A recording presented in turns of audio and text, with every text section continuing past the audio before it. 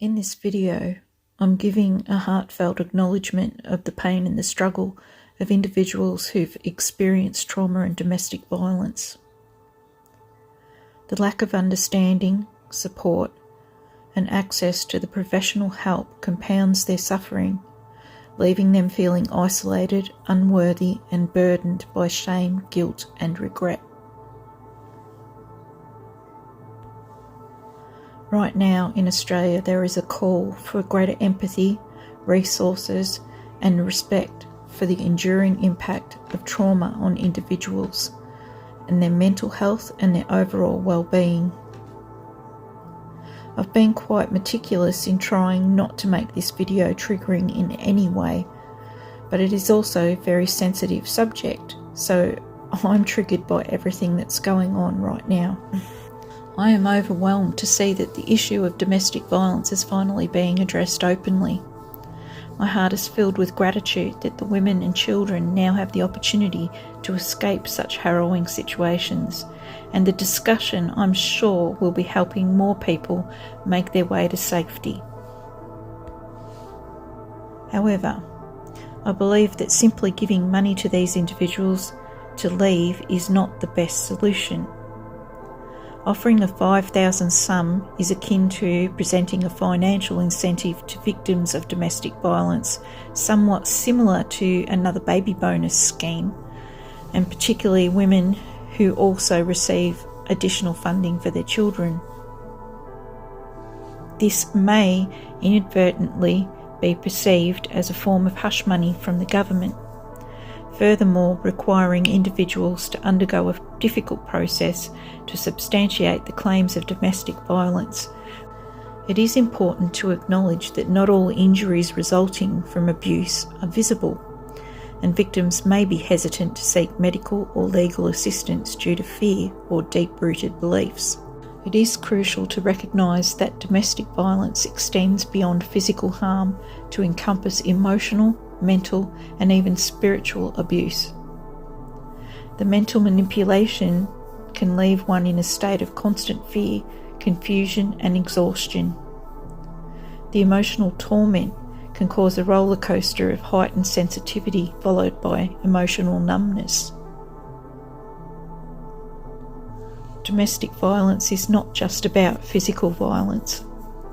It's a lifetime of soul-crushing terrorism that leaves lasting wounds on the victim's spirit. For many of us who made the brave choice to leave, we had nothing but the clothes on our back and very limited support. It breaks my heart to think about those who did not have supportive family or friend network to turn to. Leaving an abusive relationship must have been an absolute nightmare for them. And some of us made really hard, sometimes gut-wrenching, life-changing choices of self-sacrifice. Maybe they had to leave a job or their family or friends by leaving the area that they'd known their whole lives. And some of us had to leave behind children, knowing that they weren't strong enough to fight without finding their own strength first. Domestic violence drains the essence of a person's soul. For those without a supportive family or friend network, leaving an abusive relationship would be a harrowing experience, and the whole situation would create more mental health issues. Without the services that were government-backed, hope would be pretty bleak. Also, this doesn't change the fact that an aggressor would address his or her problems. They'd just continue their abuse onto the next victim, or progressively become more violent to the point that someone sadly loses their life.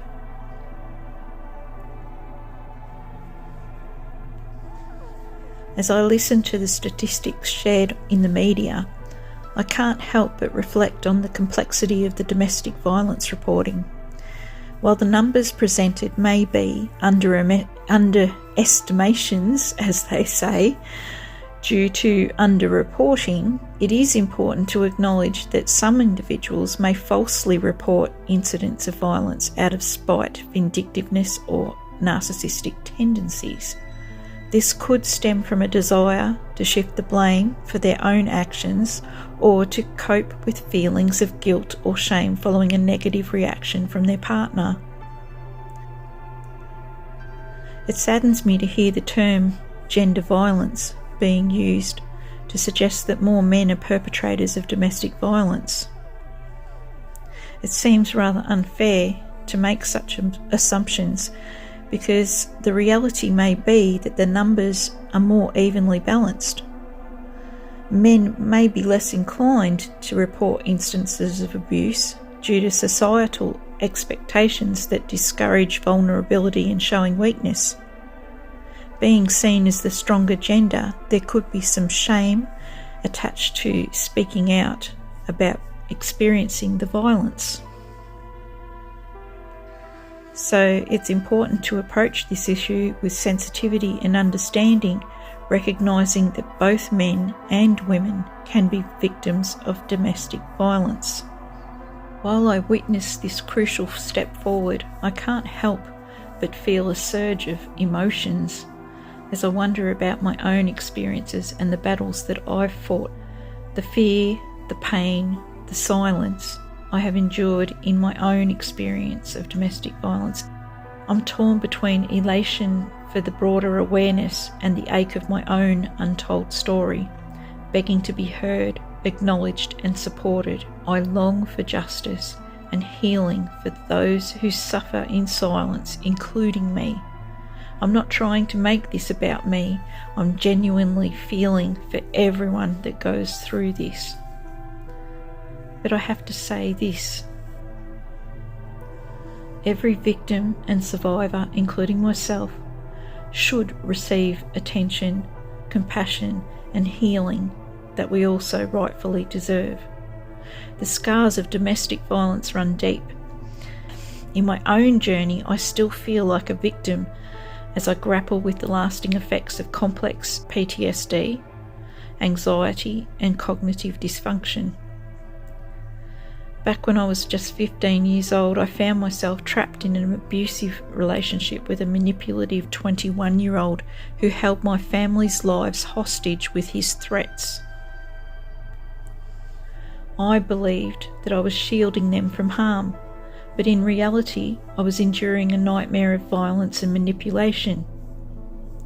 Each time I tried to break free from his grip, I was met with brutal force that left me shattered and traumatised.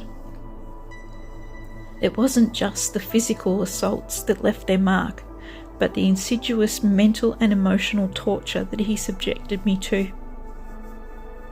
Yet, as I struggle to rebuild my shattered life, my shattered self, it often feels like my pain and my trauma are dismissed by those around me.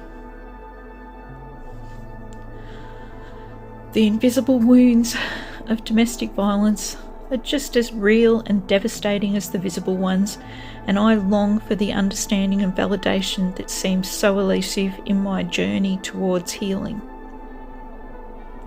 As the news continues to unravel the conversation around domestic violence, every fibre of my being is being stirred with a myriad of emotions.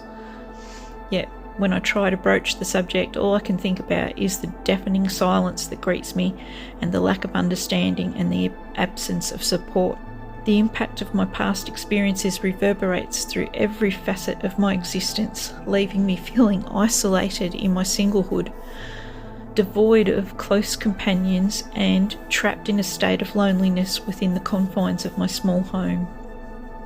I navigate through each day adrift, misplaced, merely existing without truly belonging anywhere. It pains me deeply that those around me fail to grasp the enduring consequences of trauma, how it follows you like a shadow throughout the rest of your life. The lack of understanding and empathy only serves to deepen the ache within my soul, leaving me yearning for connection, validation, and that helping hand that seems so elusive in my current reality. My heart aches for those who bear the label of survivor without ever being offered the support or restitution that they so desperately deserve. As survivors, we're expected to continue the trudge through life, marred by anguish, unable to access the professional help that could guide us towards healing. Instead, we're shackled to a burden of shame, guilt, and regret that others dismiss as mere mental health issues, attaching a stigma that diminishes our worthiness of respect and understanding.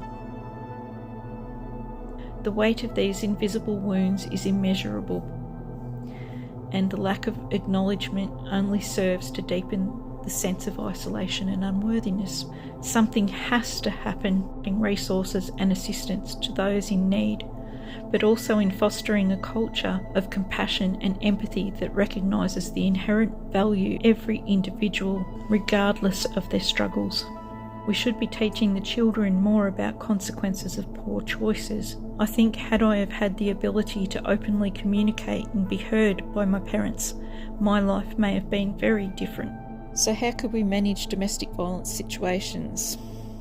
Alright, well, we could prioritise the safety and the well-being of the survivors, provide immediate assistance and support to ensure that their physical and emotional needs are being met. Connect them with resources such as shelters, counselling services, legal assistance, hopefully legal aid, and other support networks. Additionally, collaborate with law enforcement, social services, and community organisations to address the root causes of domestic violence and implement preventative measures to stop the cycle of abuse. The approach should be victim-centred, trauma-informed, and focused on empowering survivors to regain control of their lives and heal from the harm they have endured. And I believe some, if not all, of what I just said is about to be implemented. Fingers crossed.